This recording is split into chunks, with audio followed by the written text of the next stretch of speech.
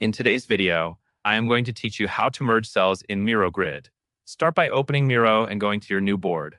You can do this from your Miro dashboard by creating a fresh board or opening the one where your grid already lives. Give the board a moment to load so you can clearly see the canvas and the toolbar.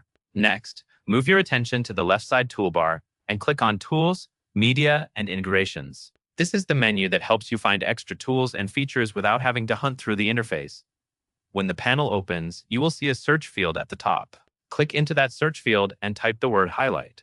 As you type, Miro will filter the results in real time. This makes it faster to locate the exact tool you need, especially if your toolbar is set up differently or you have many options available. When you see highlight in the search results, click on highlight.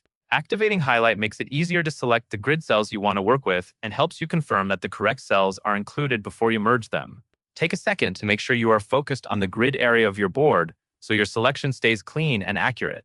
Now select the cells you want to merge. Carefully drag across the grid so that only the intended cells are included.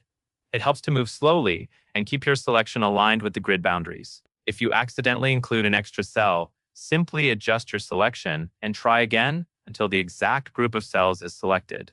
Being precise here will make the final merged result look neat and intentional. Once your target cells are selected, click on Merge Cells. This will combine the selected cells into a single merged cell within the grid.